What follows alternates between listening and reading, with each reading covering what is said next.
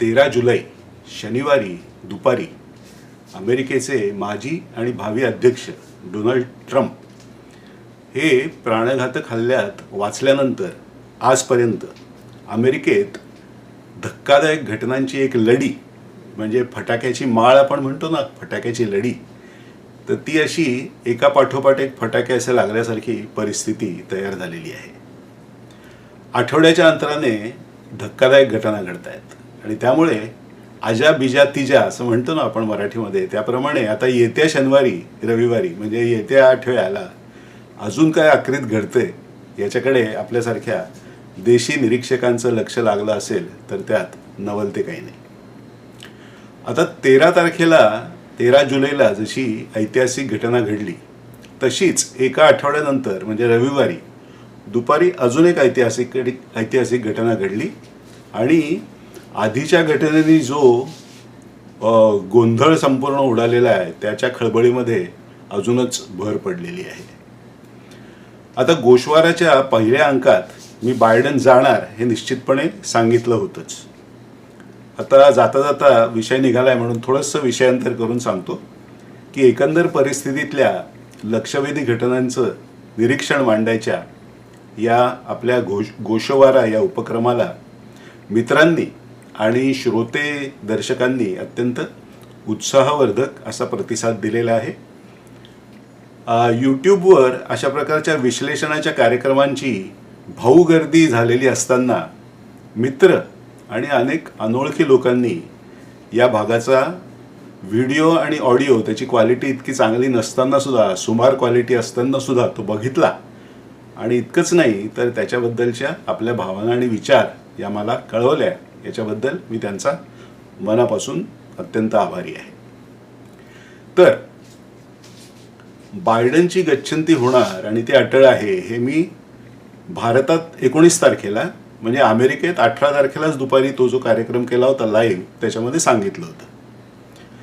त्यानंतर अमेरिकेतल्या 20 तारखेला मी माझ्या फेसबुकवर हे व्यंगचित्र लिंपलं. आता हे व्यंगचित्र तुम्ही बघितलं तर त्यात अर्थातच परिस्थिती सापेक्ष विनोद म्हणजे ज्याला इंग्रजीत सिच्युएशनल कॉमेडी म्हणतात तशी एक दाखवलेली आहे.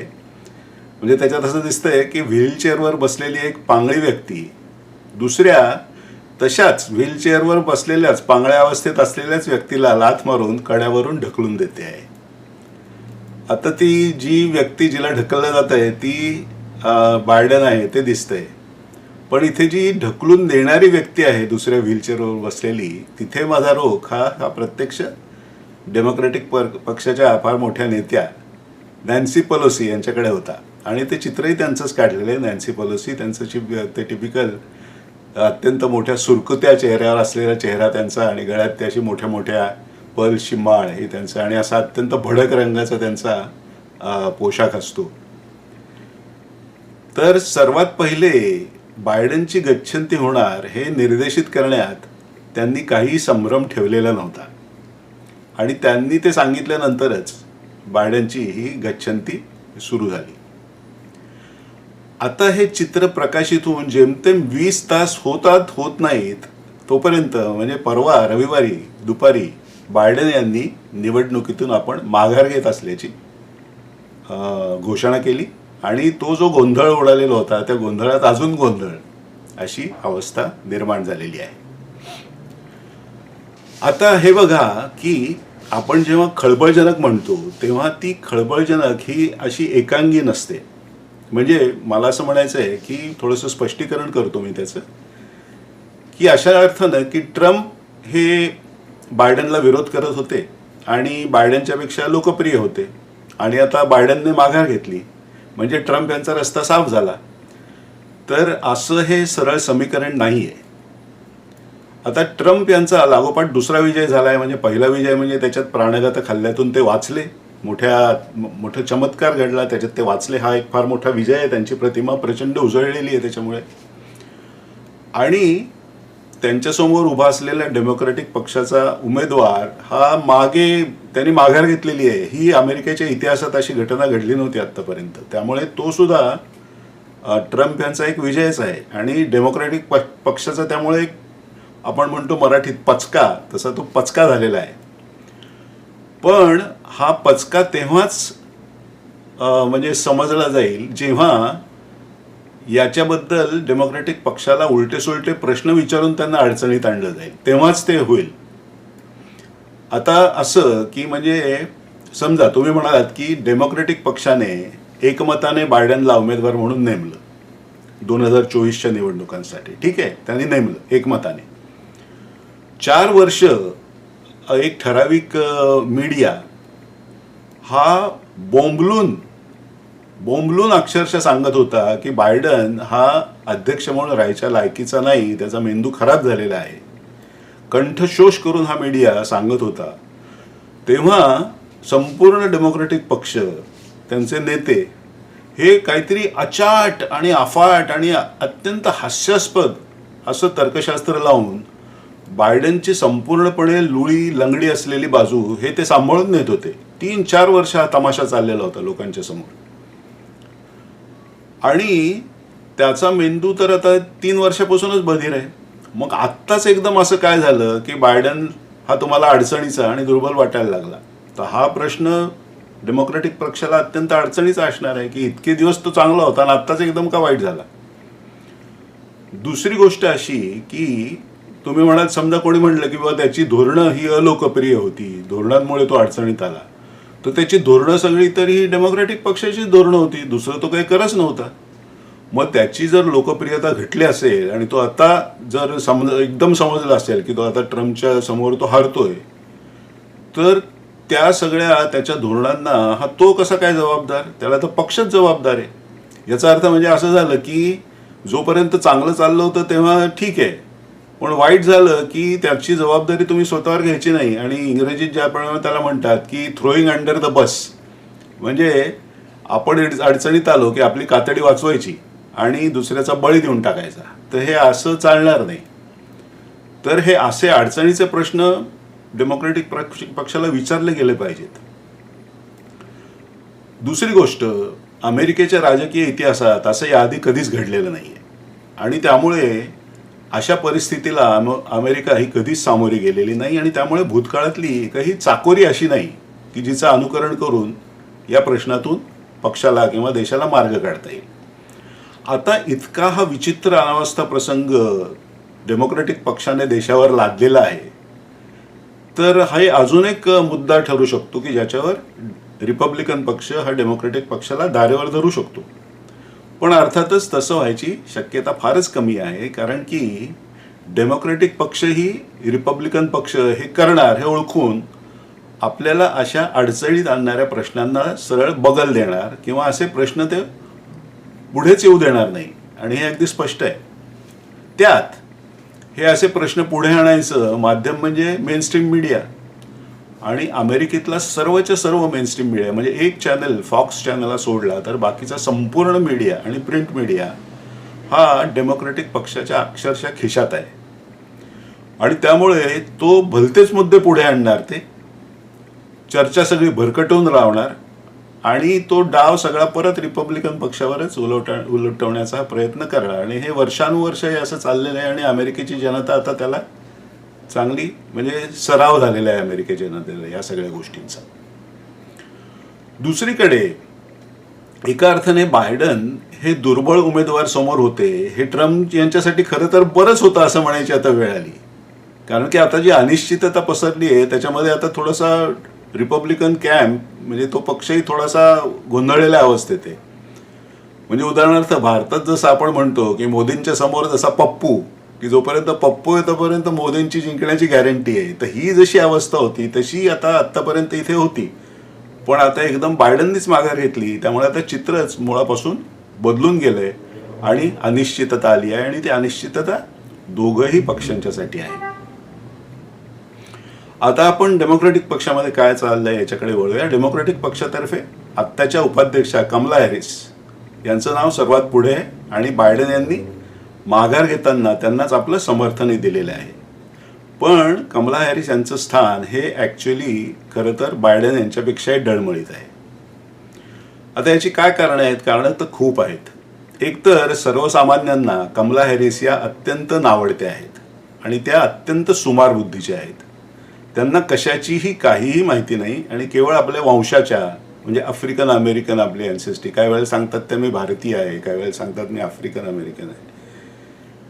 आणि आपण मागासलेला म्हणजे साधारणतः आफ्रिकन म्हणजे आपण ज्यांच्यावर अत्याचार झाले वगैरे अशा वर्गातले आपण त्याच्यातून पुढे आलेलो आहोत. तर अशी ही सगळे जे बहाणे असतात हे सगळे पुढे करून आणि परत महिला आहोत आपण परत त्या गोष्टी, तर ह्या सगळ्या बहाणे करून आजवर त्यांनी आपलं हे संपूर्ण जे राजकीय त्यांचं जे अस्तित्व आहे ते कॅलिफोर्निया राज्यातनं त्यांनी असंच हे सगळं बहाणे करत करत पुढे आणलेलं आहे. आणि खरं सांगायचं तर 2020 साली डेमोक्रॅटिक पक्षाची जी प्रायमरी झाली होती, म्हणजे इथे अमेरिकेत कशी पद्धत आहे की आपल्याकडे जशी उमेदवारांचं मुलाखत घेऊन त्यांचं निवड केली जाते आणि तिकीटं दिली जातात जशी निवडणुकीच्या आधी, तशी इथे दर 4 वर्षांनी जी अध्यक्षीय निवडणूक होते त्याच्या म्हणजे 3 वर्षानंतर प्रत्येक पक्ष आपल्या प्रायमरीज घेतो, म्हणजे अंतर्गत निवडणुका होतात त्यांच्या. म्हणजे जे लोक इच्छुक आहेत अध्यक्षपदासाठी ते लोक आपापसात सगळेजण आपली इच्छा जाहीर करतात आणि मग ते त्या लोकांच्या समोर येतात, भाषणं देतात, पैसा प्रचंड खर्च करतात. तर ही प्रायमरीज म्हणतात. तर 2000 साली म्हणजे जेव्हा बायडन निवडून आला तेव्हा ज्या डेमोक्रॅटिक पक्षाच्या प्रायमरीज झाल्या होत्या त्याच्यामध्ये हिला 2% मतं होती आणि ही 2% म्हणजे खुद्द डेमोक्रॅटिक पक्षामध्ये तिला फक्त 2% मतं होते आणि तिने माघार घेतलेली होती. म्हणजे पूर्ण प्रायमरी सगळ्या निवडणुका ती लढली सुद्धा नाही, कारण की तिला लोकांचा डेमोक्रॅटिक म्हणजे तिच्या स्वतःच्या पक्षातल्या लोकांचाच तिला हे पाठिंबा नाहीये. दुसरं म्हणजे आता गेली 3-4 वर्ष ती उपाध्यक्ष आहे, तर त्यांनी उपाध्यक्ष म्हणून असं काहीही काम केलेलं नाही की ज्याचं नाव घेता येईल. काही नाही, अक्षरशः काही केलेलं नाही या बाईनी.